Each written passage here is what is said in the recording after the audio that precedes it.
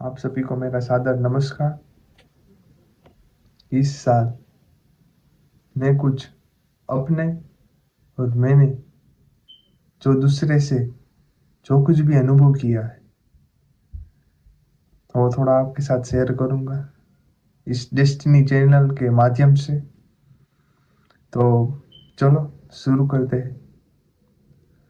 कुछ नहीं, आजकल लोग बहुत सपने लेकर एब्रोड जा रहे हैं, जैसे कि Australia, New Zealand, America, Canada, UK, हर कंट्री में जा रहे हैं। मैं किसी को यहाँ पे डिमोटिवेट करने के लिए नहीं आया हूँ, या तो फिर किसी को रोकने के लिए नहीं आ रहा हूँ, किसी के सपने के बीच में दरार बनने के लिए नहीं आ रहा हूँ, लेकिन मैं आपको थोड़ा सजेस्ट कर रहा हूँ एज ए भाई कि आप अगर कुछ सपने में आगे पाना चाहते हो तो उसके थोड़े बहुत स्टेप देख लो कि आगे आगे आपको क्या क्या दिक्कतें आएगी और उसमें आप कैसे कैसे निकल सकते हो अगर आप वो स्टेप लोगे भी। तो ये मेरा पर्सनल अनुभव है जो आपके साथ शेयर करूंगा।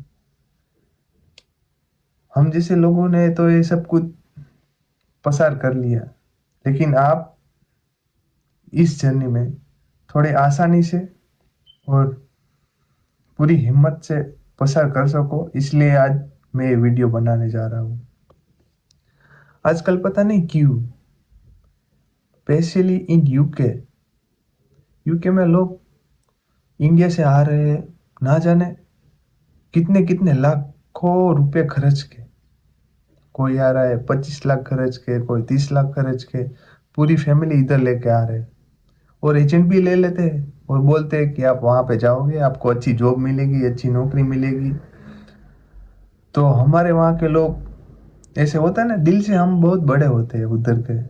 इंडिया हमारे बस दो हाथ खुले कर देते हैं। तो हम लोग एजेंट को 25-25 30-30 लाख रुपए ऐसे ही दे देते हैं और सोचते हैं कि हमारा बच्चा कुछ नया सीखेगा। उसके भविष्य के लिए हम अपने कंधों पे कर्ज लेके आते हैं इधर, लेकिन उसकी पीछे के असली चेहरा क्या होता है वो आज मैं आपको बताऊंगा। देखो, आपने एक बार एजेंट को पैसे दे दिए, उसने आपको सब कुछ दे दिया, वो आपको होम केयर में जॉब देगा फर्स्ट ऑफ ऑल। बाद में आपको बोलेगा आपकी जॉब होगी, सारा कुछ होगा, आपको 5 साल का वीजा होगा। ये सब कुछ लीगल है, कुछ अनलीगल नहीं होता। यहाँ पे एक कंपनी होती, वो आपका वीजा स्पॉन्सर करती, बाद में वही वीजा आपको मिलता है 5 साल के लिए। उसके वो पैसे लेते हैं, उसमें उसका कमीशन होता है जितना भी होता है, लेकिन हमें उससे कुछ दिक्कत नहीं है। दिक्कत कहाँ होती है अभी आप सुनो। जब वो परिवार अपने बीबी बच्चे को लेकर इधर आता है तो यहाँ आके देखता है कि जिस कंपनी ने उसको स्पॉन्सरशिप दिया है वहां पे तो जॉब ही नहीं है। और ये एक बार एक लोगों की बात नहीं कर रहा हूँ, 100 में से 90 लोग ऐसे ही हो, उसके साथ ऐसा ही हो रहा है। इसलिए आज ये वीडियो बनाना जरूरी समझा मैंने। देखो, ये कोई छोटी मोटी बात नहीं है। वहां पे लोग अपने जेवर, अपने सोने, कोई कोई अपनी जमीन, कोई कोई अपना मकान जो उसने अपने पसीनों से मेहनत करके पैसे जमा करके वो बनाया होता है, उसके ऊपर लोन लेके वो लोग इधर आ रहे हैं। उसके बाद इधर उसको जॉब नहीं मिलती, उसको जॉब नहीं मिलती, चलो कोई बात नहीं, कोई दूसरी जॉब मिल जाएगी, लेकिन वो नहीं कर सकता क्योंकि यूके का नियम है ऐसा। अगर आपको कोई कंपनी स्पॉन्सर कर रही है तो आपको वो जॉब उसी जगह पे करनी है। अगर आप वहां पे नहीं करोगे तो यहाँ पे कोई भी कंपनी, कोई भी जगह आपको कोई जॉब नहीं मिलेगी। उसके लिए आपको, हम कहते हैं, कैसे एंड जॉब मिल पाए तो आप कर सकते हैं, लेकिन ऐसा नहीं हो सकता। बाद में आपको टैक्स भी पे करना पड़ता है यूके गवर्नमेंट को, तो उसके लिए आपको बहुत दिक्कत आएगी। ये चीज़ आपको एजेंट नहीं बताएगा। क्यों? क्योंकि उसको पैसे मिलते हैं। मैं भी नहीं बताना चाहता था, लेकिन हर रोज सुबह उठता हूँ, हर वीक में ऐसे 2-3 किस्से तो मैं सुनता हूँ जो इंडिया से आते हैं अपने बच्चे को लेके, लेकिन इधर जॉब नहीं मिलती, वहां से कर्ज लेके आते हैं और यहाँ पे कर्ज कम करने के लिए आते हैं, उल्टा यहाँ पे कर्ज उसका बढ़ता ही चला जाता है, बढ़ता ही चला जाता है। क्योंकि यहाँ पे रेंट महंगा है, फूड महंगा है, ट्रैवल महंगा है। आपको लगता है ये चीज़ आपको वहाँ पे कोई एजेंट नहीं बताएगा, यहाँ पे जो रह रहे हैं ना वही आपको बताएगा। और ये एक कंट्री में नहीं हो रहा, सारी जगह पे ये सब एक्सपेंसिव होते जा रहा है और दिन प्रतिदिन ये सब एक्सपेंसिव होता बढ़ता ही जाएगा, बढ़ता ही जाएगा, कभी कम नहीं होगा। आप देखो, एक मेंटली सोचो कि कोई आपको कोई देश, जिस आप यूके के बारे में सोचो, जिस देश ने हमारे ऊपर कई सालों तक हुकूमत की है, वो हमें ऐसे ही वीज़ा दे देगा, ऐसे हमको कमाने देगा? क्या गवर्नमेंट को कुछ मालूम नहीं? आप सोच रहे हो सब कुछ मालूम है। क्यों? क्योंकि उसको पैसे की अभी ज़रूरत है।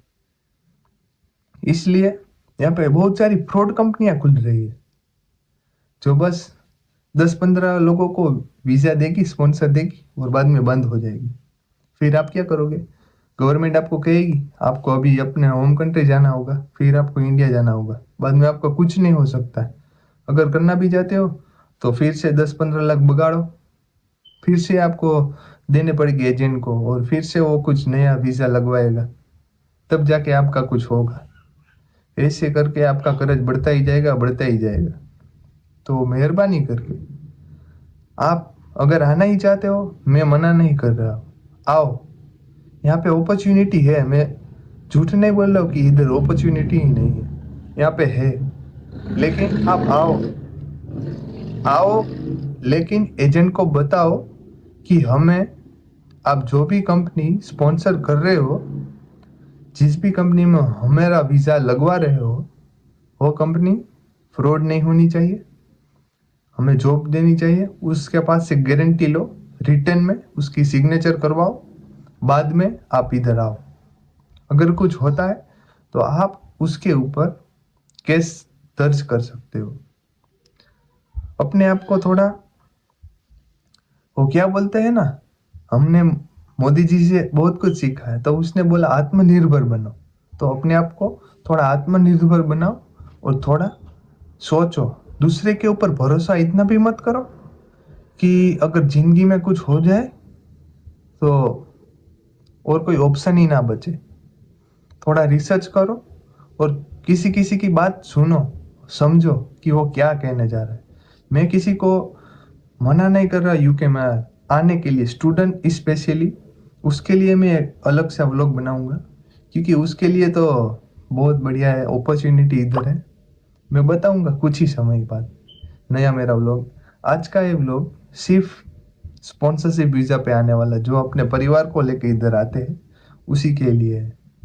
आई होप ये व्लॉग आपको अच्छा लगा हो और इस इंफॉर्मेशन में कुछ भी आपको नहीं समझ में आया हो तो कमेंट सेक्शन में ज़रूर बताना, मैं उसको भी थोड़ा इलोबरेट करके आपको समझाने की कोशिश करूँगा। जितना भी मैंने अनुभव किया है वो मैं शेयर करता रहूँगा आपके साथ। So thank you for watching me, and अगर आपने आने का सोच ही लिया है तो फिर एक बार तो ज़रूर आना।